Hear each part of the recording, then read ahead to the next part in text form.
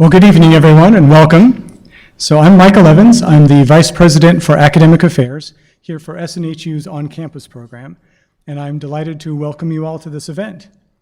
The city of Manchester, as many of you well know, is a lot like other mill towns throughout New England and elsewhere. It's been through impressive booms and depressing busts.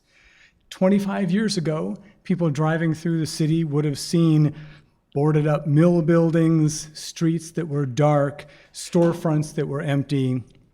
Today, the city still has its challenges, but a lot has changed. Many of the mill buildings have been renovated and converted into luxury apartments and offices, including SNHU's rapidly growing online program. Elm Street is bustling with restaurants and shops featuring elegant handcrafted chocolates, food from a wide variety of cultures, and music spilling out across the sidewalks. Since its founding in 1932, SNHU has been on a trajectory of its own. It started as a small accounting and secretarial school over what is now the Palace Theater, and it has grown and transformed into now the largest single university in the nation. The university has gone through challenging times in the past, but it has emerged in the last decade as an innovative, forward-looking institution that has admirers from coast to coast. The theme for both the city and the university is resilience, the ability to reshape challenges into opportunities. Passionate, dedicated people followed their dreams and overcame hurdles to build the world they envisioned, and we are all the beneficiaries of that determination. Our guests this evening definitely count among those dreamers. Each of them set ambitious goals, did a lot of hard and complicated work, and launched new enterprises that reflect their ideas of what this city should offer. It's a pleasure for me to introduce them to you tonight. So to my right, we have Steve Korzeniowski. He is a tinkerer, mechanical engineer, musician, artist, and perpetual entrepreneur. He's a third-generation resident of Hooksett in Manchester. His mother worked in Manchester's Wambeck Mills during World War II, making parachutes for American soldiers, and his father was a machinist for a Manchester manufacturer. Making things is in his blood, and he co-founded Manchester Makerspace in an abandoned mill here in the city. He earned an MBA from SNHU and a degree in mechanical engineering from New Hampshire Technical Institute. He started his career as a designer for AT&T Bell Laboratories, and he has worked for large corporations and small startups. Jennifer Scher and her husband Aaron opened Two Share Brewing Company, a neighborhood brewery and taproom, in late 2018, not that long ago. A community gathering spot, the brewery is designed to show how the power of beer can remind everyone that we have more things in common than things that separate us. In addition, Jen is Executive Director of Project Atlas at Southern New Hampshire University. This pilot program continues to test SNHU's online competency-based education efforts as a lower-cost pathway to the on-campus educational experience, giving another group of individuals access to education in ways they had not thought possible. Keating Tufts was born and raised in Manchester. He's a homegrown entrepreneur who decided to bring something fresh to the community he grew up in. After graduating from Central High School in 2008, Keating enrolled at SNHU and started working at the Granite YMCA, gaining skills to pursue his passion of organizational leadership. In 2012, he began work as a social worker for adults with intellectual disabilities, and he discovered the promise of board games to bring people together and unplug us all from too much technology in our lives. Inspired by a story about a board game cafe in Toronto, he developed a business plan, expanded his personal board game library, and began hosting game events in Manchester. He followed his passion full-time in 2017 by launching a successful Kickstarter campaign and renovating a retail space at 941 Elm Street, now the home of Boards and Brews. With more than 1,700 board games, the full-service restaurant has further enlivened Manchester's downtown and welcomed nearly 20,000 patrons since its opening in spring 2018. It is a pleasure for me to welcome you all here. Please join me in thanking our panelists for being here tonight.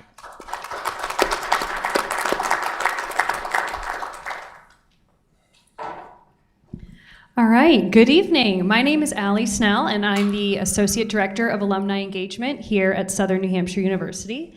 I too am a proud alumnus, and I am also a resident of the area, born and raised in Goffstown, New Hampshire.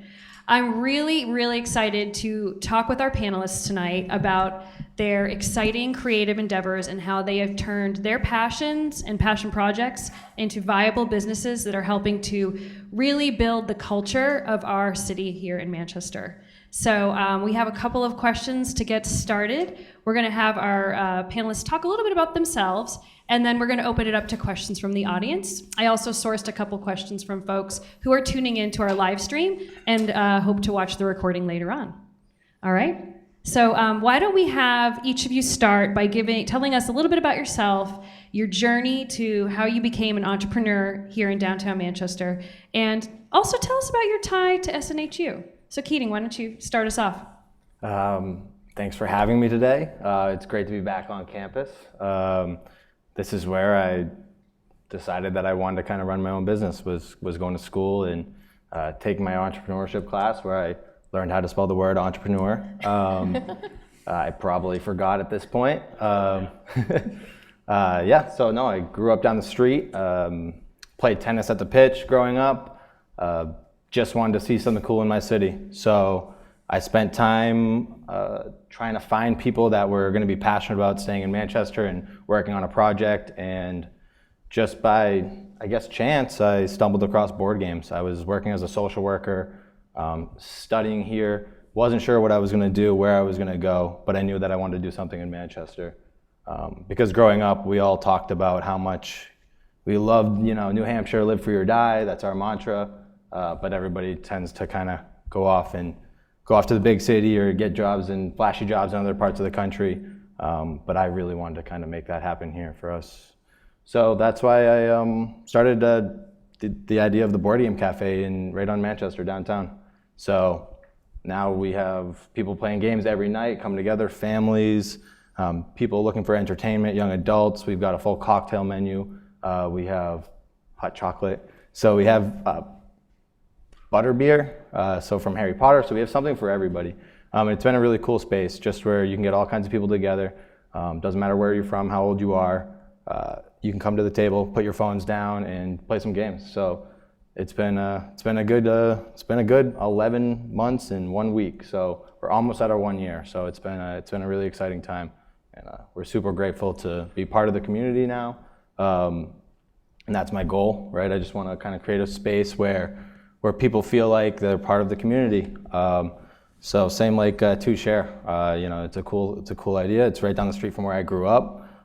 It's just a place where people can go and put their phones away and just conversate. I think it's an important thing, and that's what I'm trying to bring to our city, especially for young people, because it's all ages.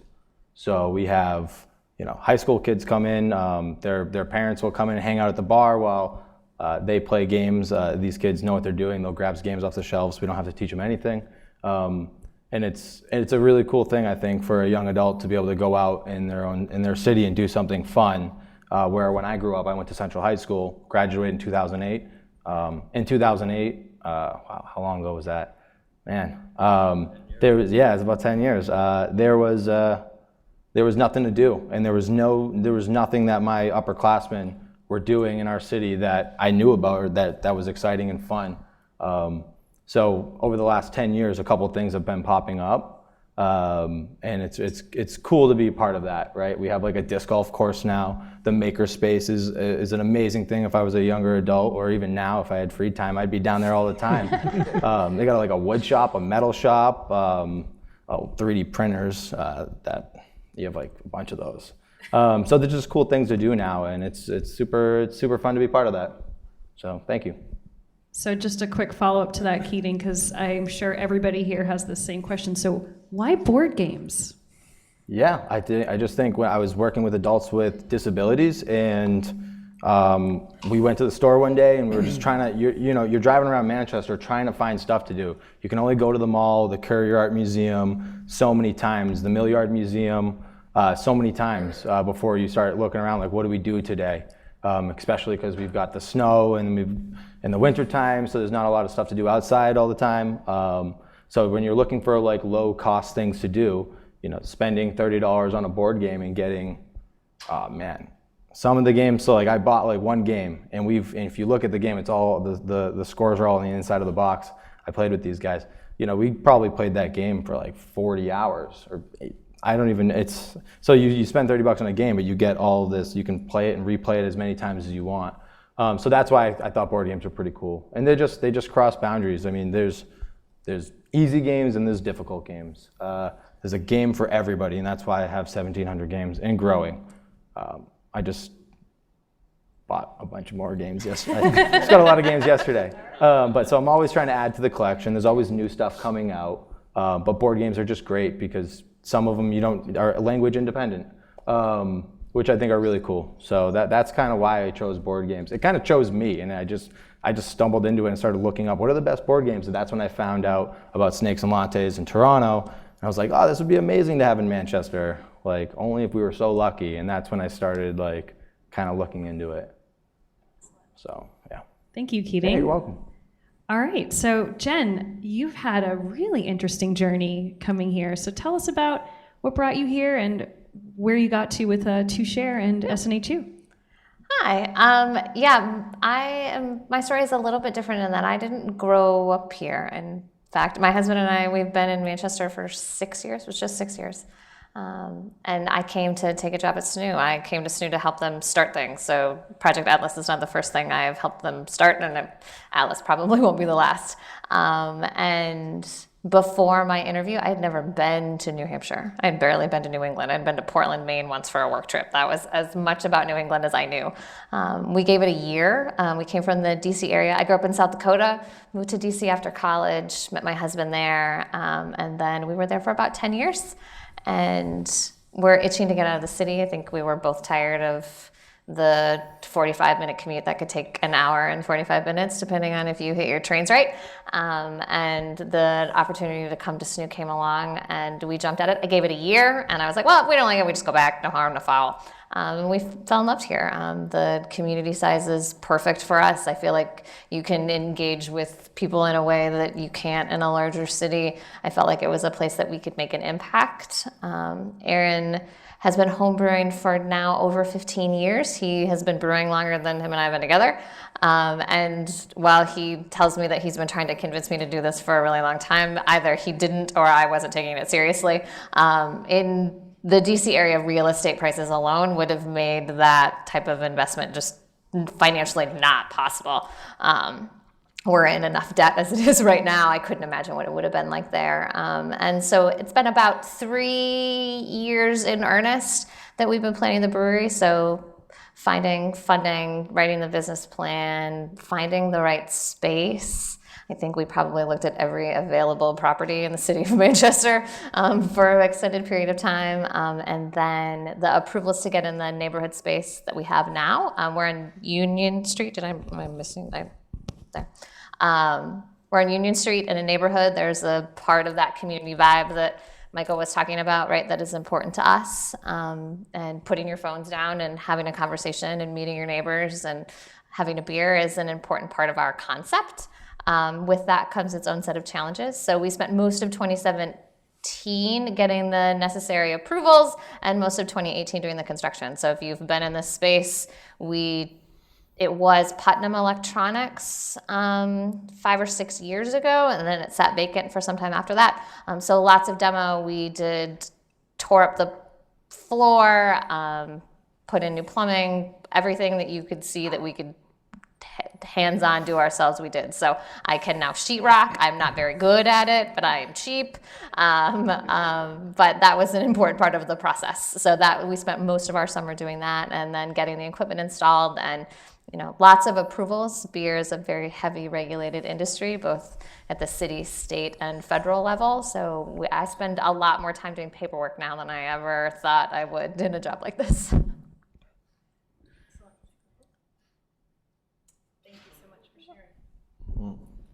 You can It just went to sleep. Went to sleep. Yeah, it's done. Oh, yeah. So I'm a third generation resident of New Hampshire. And so I actually live in the house that I grew up in, which is kind of unusual because we're living in such a mobile society. I also went to Central High School, and I'm not going to tell you what year. It's nice to see there's people that graduated from SNHU before I did, because I usually enter the room being the oldest person in the room. You're right, New Hampshire College.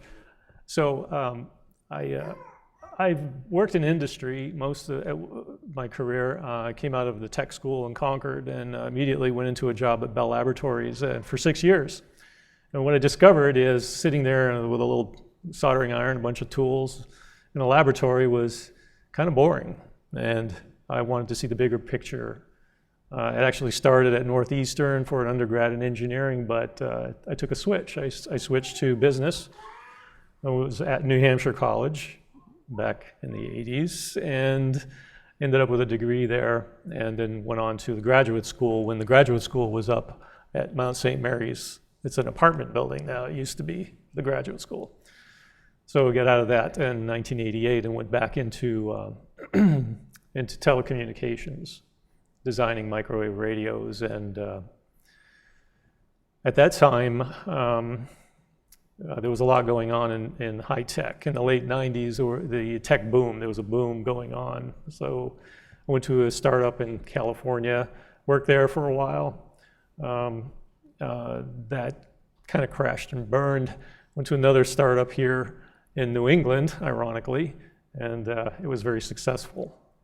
And after that, right around that time, it was the year 2000 when everything crashed and burned. And I went into the defense industry because we invaded Iraq and became a product manager. So I've done a lot of stuff, but I've come to a point in my life where I don't want to sit in a cubicle anymore. I don't want to do the 9 to 5, sit in the cubicle and get bored all day. So I ended up getting a job for a local manufacturing company, which is my day job. My day job is a sales guy for a custom metal fabrication company. And the Manchester Makerspace thing is my passion. It's just something I do on the side. It's a nonprofit. We started it, a bunch of us got together. I found it on a meetup online, and I decided to go to this thing, and they were holding meetings at Dine. This was in 2015.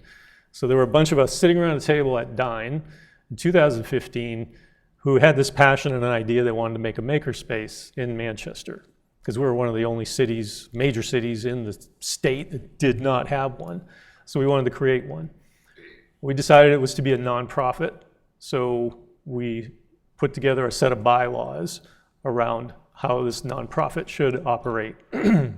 Created a board of directors, people who had of the same mind, who wanted to do all wanted to do the same thing, and set out to find a place to operate, which was the first barrier. How do you find and rent a place with no money? So you experience the same thing, right? So we raised a few bucks and managed to find a place between two bars, which we still are at. Manch Vegas and Whiskey's. We're flanked by two bars, which makes for very interesting Thursday, Friday, and Saturday nights. So we opened up. We had not a single tool. Somebody donated a drill press. There was this one lonely drill press and 6,000 square feet sitting in the back. And so there lies the next hurdle. How do you attract people to come to a makerspace when you don't have any tools? So we had to go back to our landlord and say, we don't have any money. Can you give us 6 months of free rent? And he loved our idea. He supported us. He gave us free rent. And in 6 months, we were able to equip it with a few 3D printers, a lathe. I think we got a Bridgeport in that 6-month time period. We got a few more tools, hand tools. We got a wood shop. We got a few things that made it so that people wanted to pay us $65 a month to be members. And that's where we stay right now. We charge $65 a month for 24/7 access. And our place is getting filled out very nicely. We have a really kick butt wood shop. And every Monday night we have open house, and the guys who know how to do wood are always in there teaching you how to sharpen tools or turn wood bowls or use a lathe or train you on a different machine. So in 6,000 square feet between the two bars, we have a wood shop, well-equipped, metal shop, including welding. We have CNC equipment, CNC router in the wood shop. We have a CNC lathe, CNC milling machine. We have a plasma cutter, which we just got, TIG welding, MIG welding, oxyacetylene. We have an auto bay, well-equipped with tools. We have a general use area where people can come in if they have a project. They can just use hand tools that they want to use. And of course, we've got the obligatory, I think we have 6 or 8 3D printers that we use, vinyl cutter. We have a CAD lab. We teach computer-aided design. And we also have electronics lab. So our revenue streams are membership dues. People pay $65 a month.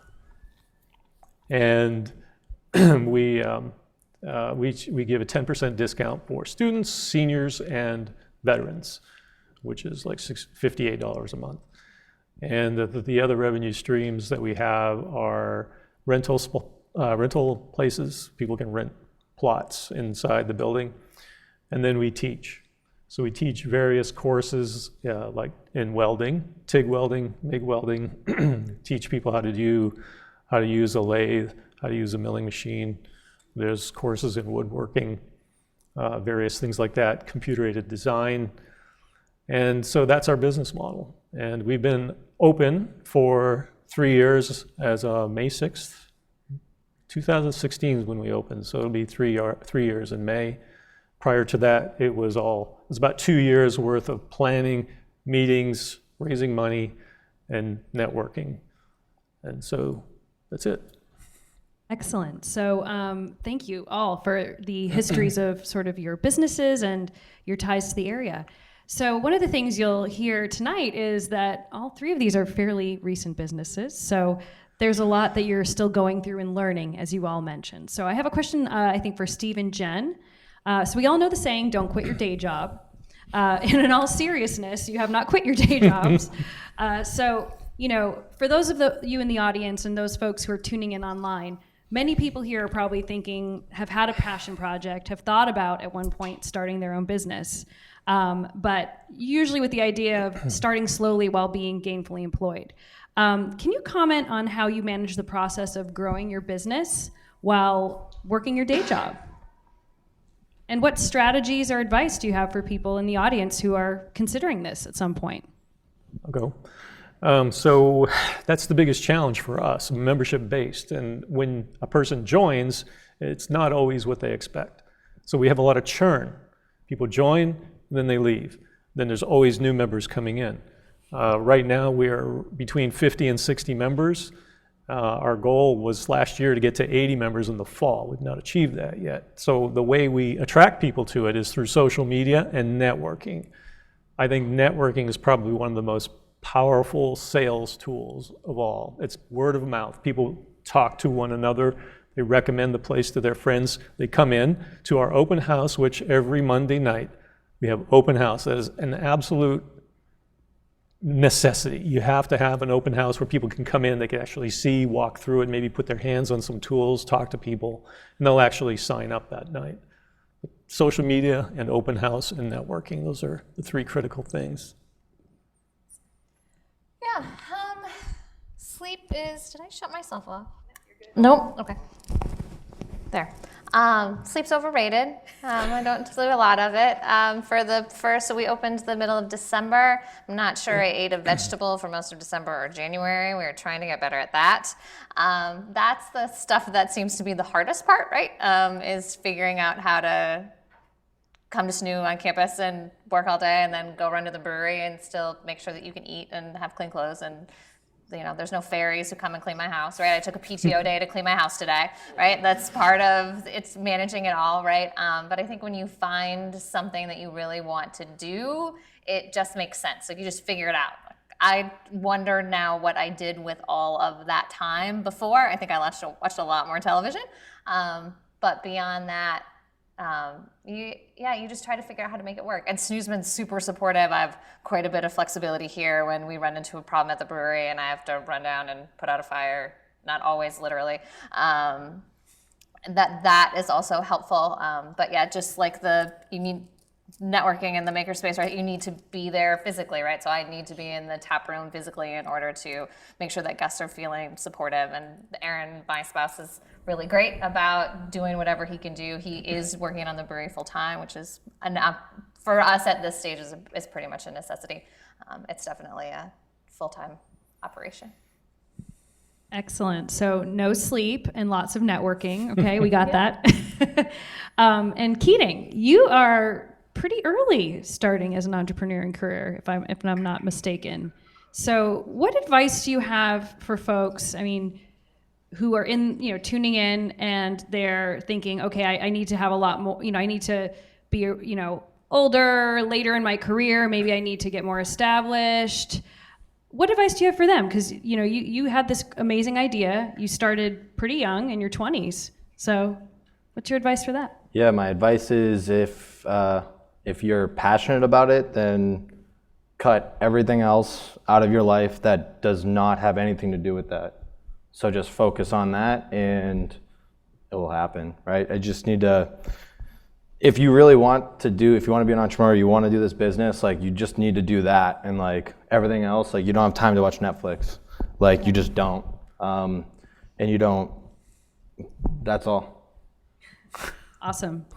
I love it. So I have a question for all three of you, and we'll do maybe one or two more, and then we'll open it up to the audience, because I know we have folks that can just step up to the microphones here and ask a question, and we just ask that you use the microphones so folks who are tuning in can hear you. Yeah.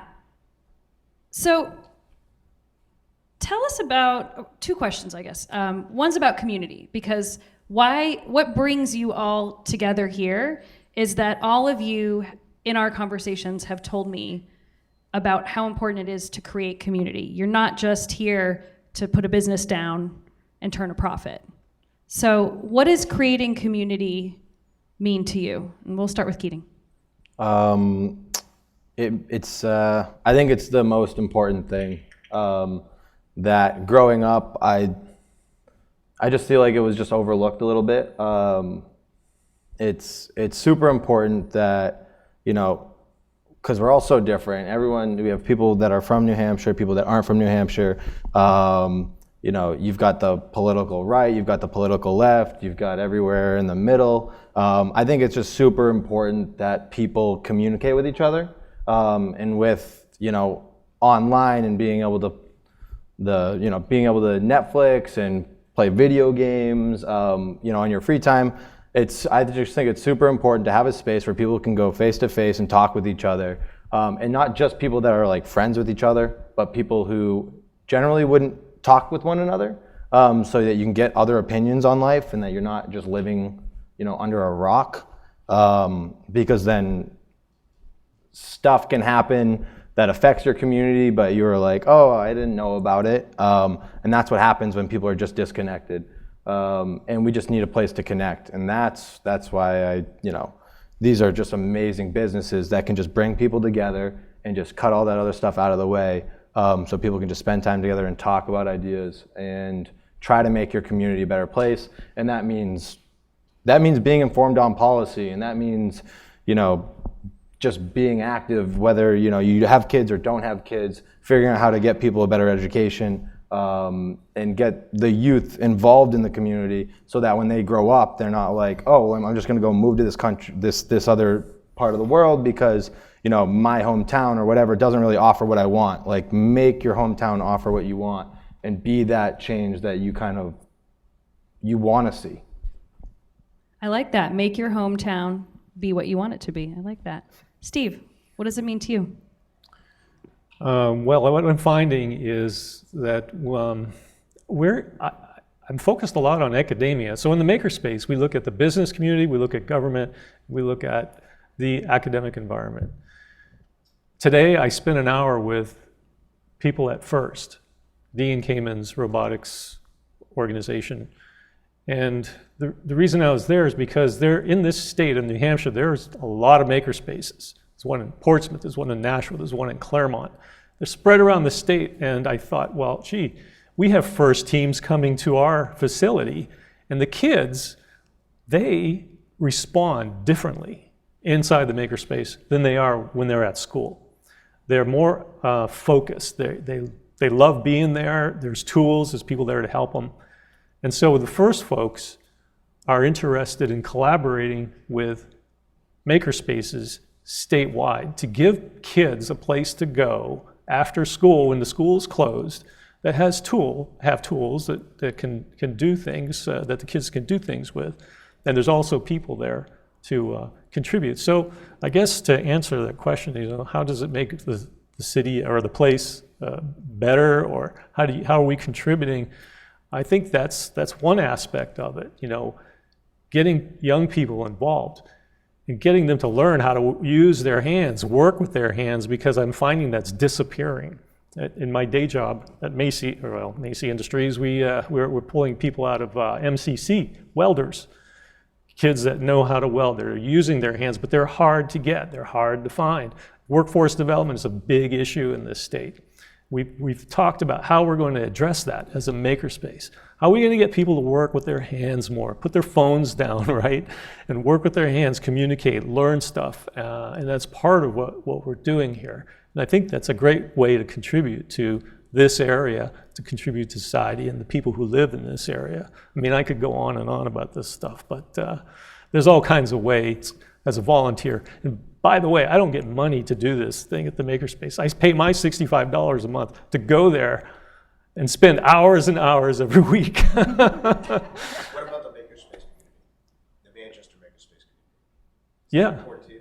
That's really cool. Did I answer it? Yeah, so the question was, what about the makerspace community, the Manchester? In makerspace? Manchester? Oh, well, so we've got children from the schools in Manchester coming in. Charter schools, for example. Charter schools are state funded but have limited funds, and they don't have tools. They have pretty much nothing except a few classrooms. So we're hosting charter schools, bringing kids in to do that kind of thing. But beyond schools, there's other people. Mike, you got something to say there. I know I can tell you. The point I'm trying to make is a lot of the Manchester Makerspaces about us. Oh, I'm sorry. What I was trying to get you to talk about, I think I'm the vice president, and it's very important to us that it's a community. We have great people. The school thing is great, but we also have, like Steve making his go-kart. We have a guy making a powder coating oven just for the fun of it out of a bunch of welded parts off the ground. And I think we all have as much fun building stuff as just being together and coming up with crazy ideas, or teaching. I mean, the whole teaching thing and mentoring thing with people come in and they've never touched tools, and we're happy to stand around and, get them to work with a welder or whatever. That's a big part of what happens at the Makerspace. It's not the teaching thing and the classes, that's all awesome and lovely. But us as a group, I think, is the thing that makes it so impressive. No one gets paid for anything and everything gets done. Thanks, Mike. That was great. So there's a lot of ways that these businesses are building community and harnessing that creativity and imbuing others with it and bringing that creativity out in others as well. So Jen, tell us a little bit about how having a beer builds community. Sure. I think part of what we really came to Manchester and decided to open the brewery in Manchester was this. It felt like there was a community building who wanted to change what was happening here in the city, and there's a lot of things opening, right? And so we wanted to take advantage of that. The big thing about us, particularly in our location in the neighborhood, right, is like we wanted to be a neighborhood pub, right? A place where you can come in and meet your neighbors, meet people you haven't seen before. That I find when someone walks in the door and they look around the room and they can see 2 or 3 people that they haven't seen in 20 years, right? And they can sit down and have a beer and reminisce in a way that they wouldn't before. Or someone will sit next to someone at the bar and be like, oh yeah, I see you walking your dog around the neighborhood, right? Like, what's your name? I find that while we know our neighbors somewhat here, I think it's a bit of a lost art, right? Like if you move into a new space, it's sometimes hard to get to know people, but if you can find a thing like beer or a space to be able to do that and meet new people and feel more comfortable, you feel more invested in that community and giving back to it. And our hope is that that stuff just kind of replicates and grows.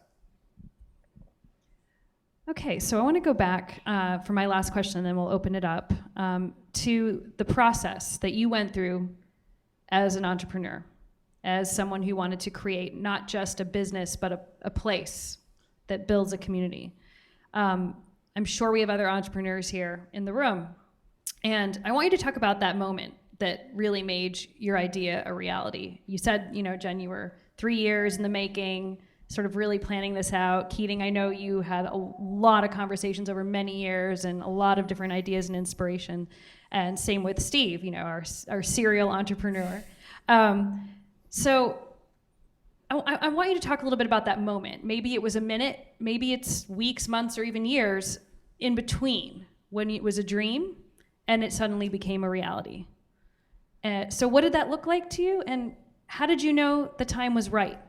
Now's the time to start. Now's the time to make this idea a reality. So Keating, why don't you kick us off? For me, it was definitely a process in the making. I think the big moment was when we had been introduced to the landlord, Henry, who owns our building. We got to know him well, and the point came where I told him about my idea. So I knew him on a kind of a personal level before I approached him about renting a space, and that was when he kind of agreed to let us use the space, not charge us rent, fix up the space, because it wasn't previously a retail space. It was a bar before we had it. Before that, it was a retail space. So I'm not eliminating retail spaces on Elm Street. I don't want anybody to think that, because we do want some more retail spots and we do need them. And we do retail board games. We do sell board games at Boards and Brews, just in case anybody's curious. So there was a bar in there before us. They were closed for about a year. Henry wasn't sure what he was going to do with the space. I approached him. I said, I know, you were thinking about doing this. I got this idea, and he basically was like, yeah, that could work. So once that happened, I started working in the space, and from there it was. It was pretty legit, because then I was spending money to renovate it and stuff. And so that's kind of when I just made the leap. So yeah, that's kind of when I knew, when Henry said, when we kind of struck a deal on the space. So, Steve, when was it for you? Well, I don't know that there's any one particular time when it was like, ding, the light went off or anything, but I think when we actually got into the space, when that first drill press was sitting in the back and it became reality, I could actually drill a hole in a piece of metal. I was so pleased. The lonely drill press. The lonely drill press in the back room. Excellent. Yeah. Excellent. Jen, when did that moment happen? Yeah, we had several checkpoints along the way, right? Like, you don't invest as much money as we did into a space without a few stops along the way, right? Like before you sign your life away to a bank or sign a lease for 7 years, or, there were like those big milestones along the way, finishing the business plan before that.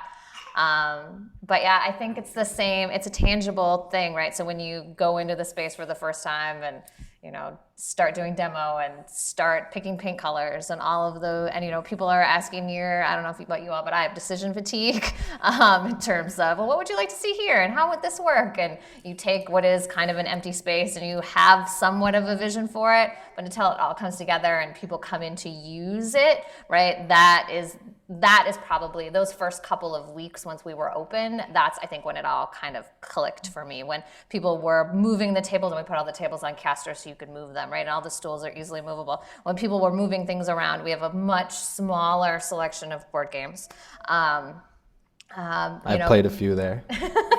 Right, but are using the pinball machines or writing on the chalkboard wall. And when they're meeting their neighbors, we opened the middle of December, and so we found we had both folks in the neighborhood who came in for opening weekend who either were kids whose parents came back from the holidays, who then over the holidays brought their parent back in, or a parent who then brought their younger kids to come back in. That was really cool, right? To be able to talk to a young lady who was like, I never thought I would see my mom play Cards Against Humanity, right? Like that sort of, to be able to see those things and to see people walk in the door and light up when they see people they haven't seen in a really long time and enjoy the beer, right? But there is this, both the physical of the construction of this space and seeing people use it, because you don't know for sure if it's going to work out like you think it's going to at the time. Yeah, and undoubtedly, there's a lot of fear, I'm sure. Yeah, and just one thing I'd like to add, for us specifically, because we launched a Kickstarter, so if anybody out there is thinking about launching a Kickstarter, there's like tons of information on that. It depends what you're doing. You can do it a bunch of different ways. But for us, when that Kickstarter funded after 2 days, that's when it kind of was like real. Because now you have like other people's money for my situation, and I was like, oh man, like I can't mess this up. Yeah, we did the same thing, and it was about a 2-day turnaround, and we hit our goal. And yeah, I was like, oh wow, yeah, we really have to do something now. Like you can't back up once you start really telling people and taking their money. Yep. Yeah, these ideas are powerful. Yeah. And I think that's really what, to me, is so remarkable about all the things that you're doing, is that the public has invested in your business before it even fully formed. It was the idea. One of my favorite quotes when I met Steve was, I said, why a makerspace? And what did you say? All cool cities have a makerspace. That's true, yeah. So, we have these amazing opportunities here in Manchester for people to be inspired, for people to get together with their neighbors, for people to learn a new skill or many new skills. And there's a lot that went into the intention and the building of these businesses. It's beyond just another shop on Elm Street or another neighborhood bar. So with that, I'd love to open it up to our audience and see if we have any folks that have texted in any of their questions. So if you do have a question, please just come up to the microphone so the people can hear you. So thank you all for coming in tonight. My name is John Borashak. I'm on the faculty here at SNU, and I'm listening to you telling your story. I'm on the communication faculty. Number one, a lot of what we try to do is teach our students how to do exactly what you're doing now, being able to tell your story and build community that way. One of the classes that I teach is our social media course, where it's all about building community. We do work where we bring in real clients and we help build social media plans for them. As I'm listening to you tell your story about building community and getting started, if you're looking for an opportunity maybe to work with some students where we can help you reach out into social media, because it seems like our students are an audience you ought to be targeting. Maybe not for the beer. Yeah, maybe not. maybe not so much there, but for everything else, I think we may have some potential matches where even if they decide to stay in the community afterwards when they hit 21, maybe. But I think we've got some potential match where if you'd like to work with us, let's talk. We definitely, at the Makerspace, we definitely would. In fact, we have leveraged the marketing program here. We had a group of SNHU students come to the facility and actually ask us questions. And they went back to the school and they came up with a whole marketing plan, which we have. Well, I'm also thinking for these businesses, it sounds like something the students might want to frequent a bit too. Particularly in your case with boards and games, if they're looking for an activity off campus, it's really, it sounds like it would lend itself perfectly to that for the makerspace, group projects, team bonding type of events and things like that. Sure. Again, community goes both ways, so it may work.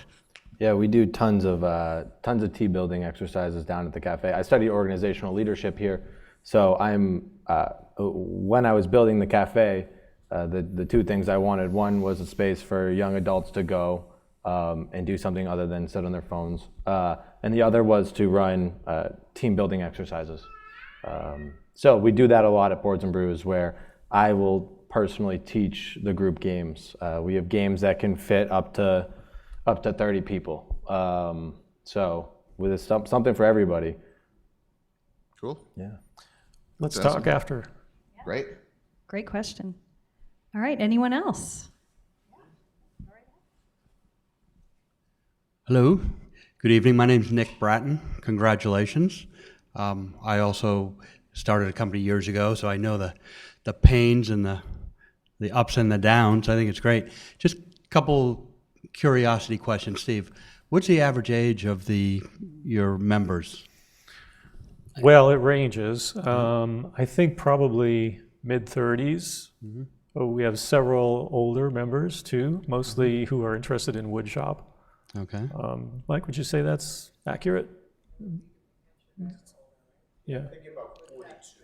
42. Did you figure that out? 42. Wow, very good. Well, we have a mix of anything from old engineers to people who are just getting out of college and new engineers. So I think it's a really cool mix. I think all work together That's great. really well. And you, It's not just the older ones mentoring the younger ones. Sometimes it's reverse. right, that's great. And you say there's a churn rate. So, what can you do to fix that? I guess. Yeah, that's the churn rate he's talking about. Yeah. Well, I think we need to be more attentive to the members and accommodate what they need. In some cases, we can't do anything because a member will come in with a specific project that they want to do, and they stay for 2-3 months, and then the project is done and they go away. Ideally, we'd like to keep all of our members. Training is one of the things. Being an all-volunteer organization, there's sometimes a frustration level where a person can't use a machine because they haven't been trained yet. And it takes one of us volunteers to go in there, train them on safety and the use of the machine. And they have to wait. So I think that's a point of frustration. I don't think it makes people quit or leave, but there's a number of different factors, I think, in the churn. Some are inevitable. Yeah, certainly. Keating, a couple questions. Yes. Steve mentioned one of my loves, networking. I just done so well in business because of networking, not only at the beginning, but as I progressed, just keeping in touch with industry, other industry executives or whatever, and just learned so much from them, and pick and choose best practices and procedures and things of that nature. I wonder if I assume you went up to Toronto. Oh yeah. Yes. Thank Did you pick their brains? Were they helpful? Did you? That's a wonderful question, Nick. One of my hobbies is, I guess, traveling. So I make sure to go to every board game cafe. And actually, tomorrow I'm going with the owner of a board game cafe in Brookline, the Night Moves. I'm going with him and Kim, who runs New Hampshire's largest board game convention, Granite Game Summit, which was it was a weekend before last. Boards and Brews hosted trivia there on Friday night, so that was a hoot. I'm going with those two individuals to a new board game cafe that opened up in Arlington. So and then 3 weeks before that, I was in New York going to a new board game cafe that opened up in Troy called Bard and Breaker. A lot of the cafe owners are really cool, so it's fun to go and visit them and see what they're doing. But yeah, the pilgrimage to Snakes was a great weekend. We drove in the car felt like 12 hours up to Toronto. Just go to Snakes for 2 hours. They now have 3 locations, and I just came back. I was in Toronto a month and a half ago to see their newest location. Snakes and Lattes is the kind of the big board game cafe that's trying to take over North America. So they just opened up in Tempe, Arizona. So they like the college towns. They like the lower rent. Lots of people. So I'm definitely continually going and figuring out what they're doing. And that's my goal is for Boards and Brews to be the best board game cafe in the world, which is something really cool for Manchester to have, I think. So we're working on it, and we're getting better every day, right? We're almost a year old, so yeah. That's great. So you're certainly growing through your networking. Yes, so as far as fantastic. networking is concerned, that's everything. I mean, and so these people who, if you want to start a business, or if you just got to meet everybody in that industry, you have to. You might want to go see a new movie, but you might need to go out of the opposite direction to meet somebody who owns this cafe. I traveled to cafes all around New Hampshire, to different breweries, and I try to meet the owners. I try to talk to the customers, the guests, to see what their experience is like. When you're in the service industry, all those things matter. When you're in any industry, I guess all those things matter. Trying to figure out what people want to spend money on, what people enjoy about the space, how it improves their life, and then trying to bring that back to boards and brews, and instill and show our staff there, what our goals are and what our visions are, and trying to get them to buy in is the goal at the end of the day. Neat.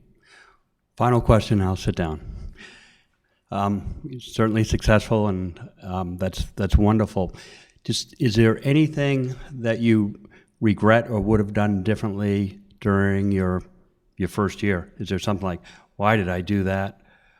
And maybe looked at it differently. Oh, Not that That's a great question. So let's hear that from everybody. You cut right to it, huh? So anything you regret from your first year? How can I keep people from coming back? All right, Steve? Jeez. Ain't that the question we all knew the answer to?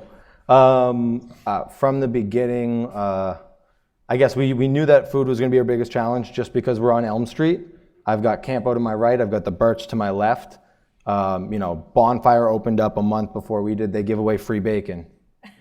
Right? Yep. And now I'm giving them free press. And then we got 110 that just opened up a block down. And then there's a new Southern restaurant going in, the old Ted Hubert's building. So it's food. Food is the big thing downtown. So my biggest challenge, I knew from the beginning, was people were going to come in, they were going to play games. I needed them to buy food to make the whole business plan viable so I can pay my staff. That was kind of the biggest challenge. And so from the beginning, obviously I knew I should focus on that, but I wanted to play games and I wanted to learn how to play more games. So maybe working in a restaurant, right? Or going to culinary school. But other than that, there's no huge red flags that I wish I kind of did differently. It's just, from the beginning, I was just hoping to find the right people to help me with this project. And so that's a constant kind of change for me, just because this industry, it's so fluid as far as staffing. I studied organizational leadership, so I was hoping that would be the easy part, right? Attracting people that believed in what you were trying to do, to kind of create the best board game cafe in the world. It just seems like it's a pretty niche thing. So not everybody in the service industry is interested in making the best board game cafe in the world. But yeah, just focusing on food. Where it is now, it's constantly improving, and we're really happy where it is right now. But yeah, that's one of the things that I from the beginning I should have keep focusing on. I should have focused on it more, maybe. Yeah, I would say we probably would say the same thing, right?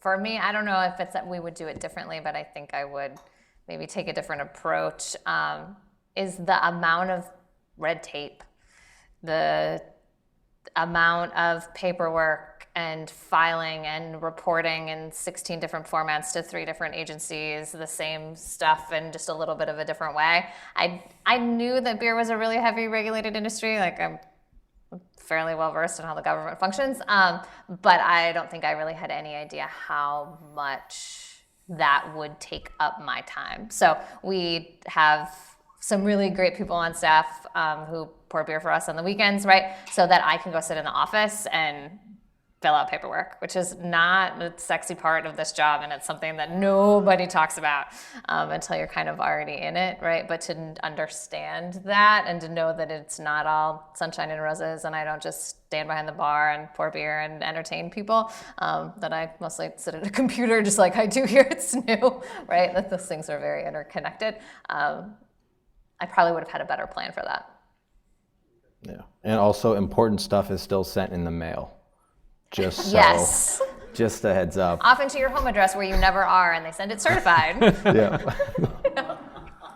I have absolutely no regrets, and I wouldn't have done it any differently. I have such a great team around me. That's so important, not only in my day job, but at the Makerspace. We've got Mike, and there are some other folks that are so talented, they blow my mind. They do. They're software programmers that created an RFID system that feeds into Slack, which is a communications tool. We manage the whole business on Slack.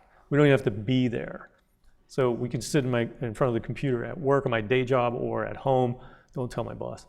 And, and we can communicate with one another. And on Slack, we have different channels. We have a channel for metalworking, we have a channel for woodworking, all this other stuff.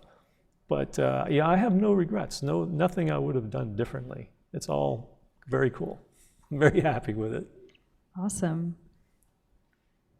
Yeah, please. I have some observations, no questions. Okay, I'm Ann Pray tell. Korzanowski. So, My wife. yeah. So one of my observations is that I feel like that moment is when you found that building. I remember walking through it with you and Alex, and he said, "Oh, we should do spooky films here." And we went down in the basement. It was really eerie. I feel like that was like a really pivotal moment, and you were still trying to decide. And it was so much in like sort of the weird formational stage at that point. Yeah, I can relate to that. I mean, finally we were in a building, a physical space. And for 2 years prior to that, it was just a dream. It was just this thing we wanted to do. We got the bylaws, we got the corporation formed, and then we needed a space. But when we actually walked in there and looked around and we're in there, that was a moment. Beyond just the dreaming stage. The other thing is there's a sewing room there. I'm waiting for the artists to come. So we went to a makerspace convention up in Vermont and looked around. And there are some people who've come in and out that are doing art, but that's really kind of my thing. And I think I'm putting this out there to all these people who might join the makerspace, who may be artisans, because I'm interested in getting more artists. Yeah, I'm interested in getting more of an arts community there. And there were many makerspaces, at least that we visited, not that so much the academic ones, but the one in Vermont, that have an active art community, jewelers, painters, entrepreneurs who are making things that are more in the arts focus. And I know the makerspace is surrounded by the little pottery niche over there, but those things are really expensive and they're super cost prohibitive for people. And what the makerspace offers really for people, right, is you need to fix something or you need to learn how to do something, and all the stuff is there. And there might even be people who know how to tell you how to do it. And I think that possibility in the arts community as well is really, really huge. And the ability to do classes. So I have brought my charter school students in. I'm hoping to do it again this year. We did I did a unit on a makerspace as an English teacher on the movement itself. And I think that this is the part that I'm really hoping is going to come. So, anyways, those were just my observations. We're going to try and focus more on art. And somebody was asking about the demographic too, and we addressed age. But I can tell you that one of the things we need to work on is bringing more women into the space, because it's very tech oriented. Out of the 50 or 60 members we have, I think we have maybe, I can count them on one hand, women. That's it. Awesome. We have another question. Yes. Hi, my name's Kate Pigsley. I'm currently a student here at SNU. I'm studying sports management. And actually I have a question for you, Jen. I feel like everywhere you look, there's new microbreweries popping up everywhere. So what would you say makes you unique, and what gave you the confidence to just run with that idea and I guess not look back? Fair. There are a lot of breweries in New England and New Hampshire.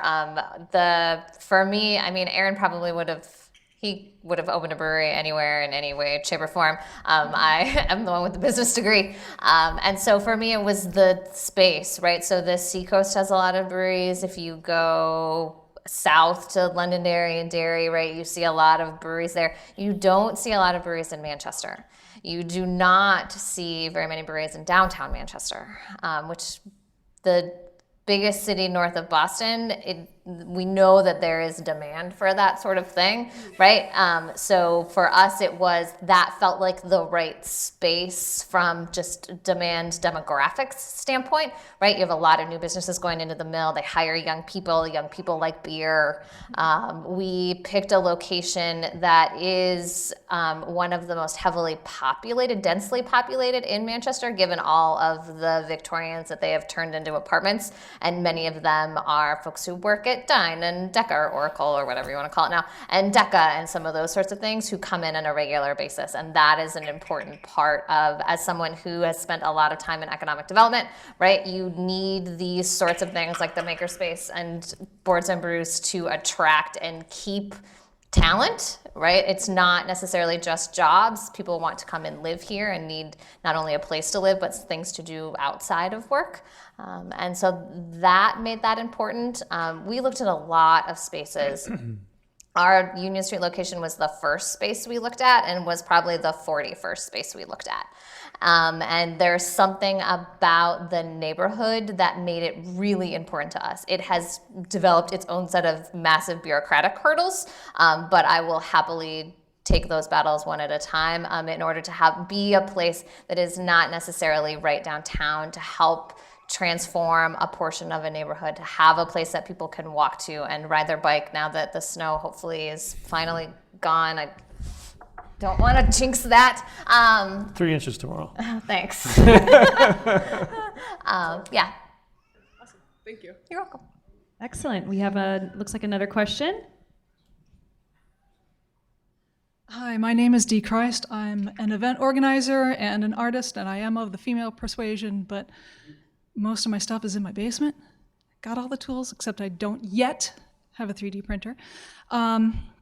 My question for you, Jennifer, you did touch on this, but what can Manchester, the city, or the state do to aid you and other startups and entrepreneurs make the transition a little bit easier? You know, what can they offer in legal support or volunteers through the city? What would you like to see, or what would you like to be available for the next entrepreneur? Great question. That's a good one. Well, I can talk about that all day. I mean, Why don't you kick us out? Ease. And, for a state that prides itself on being business friendly, I go to a lot of different departments to ask a question and get punted to another department. And the amount of paperwork, when we file our state, I have to pay state taxes on the beer that gets brewed every month. I'm filling out a paper form and sending them a check in the mail. Aaron and I are about to go back in front of the city zoning board in April, I hope. I had to go to 3 different city departments to pay $1 to get a piece of paper to finish my application, to give them $500 to give them everything they needed. There should be no reason that those systems are not interconnected and they can't pull the map of the city blocks from the right system. I shouldn't have to go to another office at City Hall in order to do that. It is often difficult to understand what the rules are. I find now that I don't know that a rule exists until I'm told that we have broken it. And this is after we've been told that we have passed inspection and met the minimal viable portions needed, right? So I think there's so much we could do from a system. So I think of your Slack channels, right? Like how easy would that be to be able to, and have someone who understands those to go, to be able to walk up as a small business to say, here's what I'm trying to do, who do I need to talk to? And have somebody help you do that, I think could be incredibly valuable. so it's safe to say Jen understands now why there are no other breweries in Manchester. Yep. It's from a small business starting this up. You would just never think that it would be so difficult to say, I'm going to spend my life savings to create a business to make this community better. You would never expect to make it any more difficult than it would need to already be, you spending your whole life savings to do this project. But it's like, it's unbelievable how much of a runaround it can be. And then you'll run into some people that work for the city and that are super helpful. It's just like old policies or old ways of doing business that why I created Boards and Brews, and what you have, the opportunity you have now is the answer to your question can be just spend money at small businesses. Because 90% of that money goes back to the community. When you spend it at a corporation, the community sees 30% of that money. That's the reality of it. If you spend money at a small business, you're going to see that money back. It goes right back into the community, so that small business owners can improve their business practices, can get better staff, can do cooler things. That's like the best way that you guys can get involved, or well, that somebody can get involved. But prior to opening a business, from somebody on the outside perspective, I don't know, it's kind of difficult, I guess, to help a small business get started before they're even started. But I don't know, if they have a page on Facebook, like it. That's a start. Yeah. Excellent. Well, I know we're just at time here, and we could probably talk all night and hear, some of the words of wisdom and just learning about your passion and your dedication. It's clear, it's evident to me, and I hope it is to all of you here in the room and tuning in, that these are three people who really are here and invested in their community. They are not just here to start a business that was a passion, but to also build something that's much bigger than the business itself. And that is this diverse, vibrant, resilient city that we all call home. So thank you for that. Thank you for being such invested members of our community. Thank you all for being here tonight and tuning in. Just one really quick word of advice or parting word for the folks in the room. And then we did have a raffle where you all provided some swag. So hopefully you dropped your business card, and we'll take that draw here in just a minute. But why don't you let our viewers know final words of wisdom, parting words. Just tell your family and your friends that you love them a lot. My girlfriend Hema is here today. Thank you, Hema. I mean, to share, it's in your name. Having like a team is super important to be able to do any project like this that that you don't have $1 million from a corporation giving you, or from a private investor. Super important that people have teammates. So if you know a friend that's starting a business, send flowers to their loved one, because at the end of the day, their loved one is the one who's kind of who's their support, and it wouldn't be possible without them. Thank you, Hema. That was good.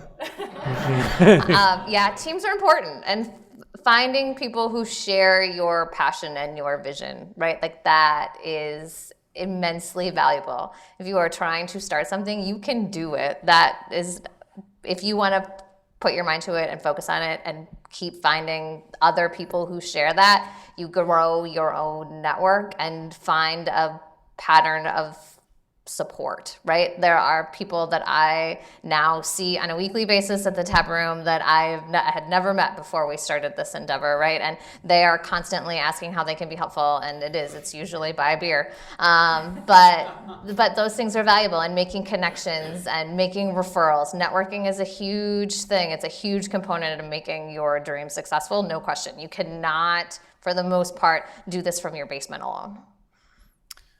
Yeah, teamwork and supporting your local small business is absolutely critical. And visit them, support them by visiting them. At the Makerspace, we are open every Monday night for open house, 6 to 8 p.m. So come on down and give us a shout. Look at us, and we'll give you a little tour. I'm there every Monday. So come on down. Awesome. All right. Well, thank you all, and thanks to everybody who attended tonight and online. This is a great event, and we appreciate all the support and the creativity and passion that you bring to our great city. Thank you. And by the way, there's a little go-kart out there that's powered by a hand drill. In case you're interested in riding, would you like to ride it? Yes. Yes. Okay.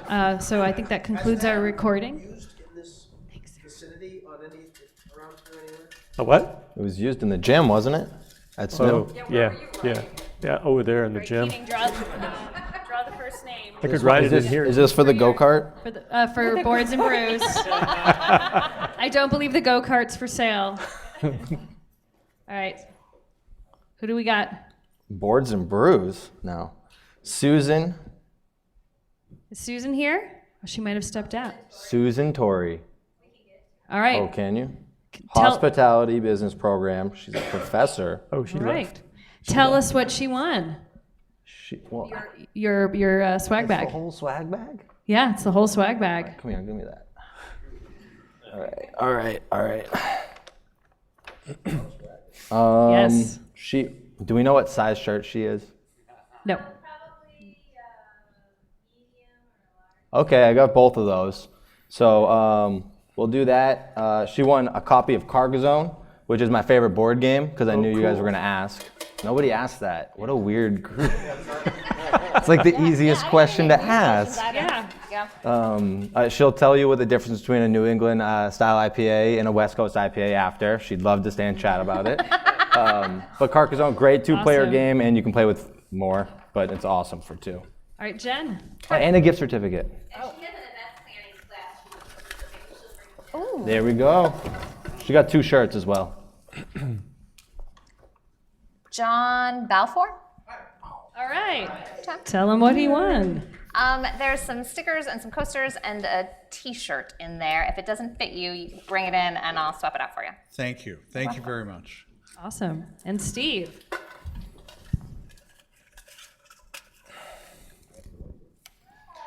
Christopher Libby, All right. Tell him what he won. you are the proud owner of a Manchester Makerspace t-shirt and a writing pen that was fabricated in our wood shop. It's in the little red box there, and some 3D printed stuff. Awesome. All right. Well, thank you, everyone. And again, I know I speak for everybody in the room here when I just say thank you for being here tonight. This has been an amazing evening, hearing your stories, and I'm sure we'll be able to stay for a few minutes afterwards. So grab some food, grab a drink, and we'll just chat. Thanks. Thank you, guys.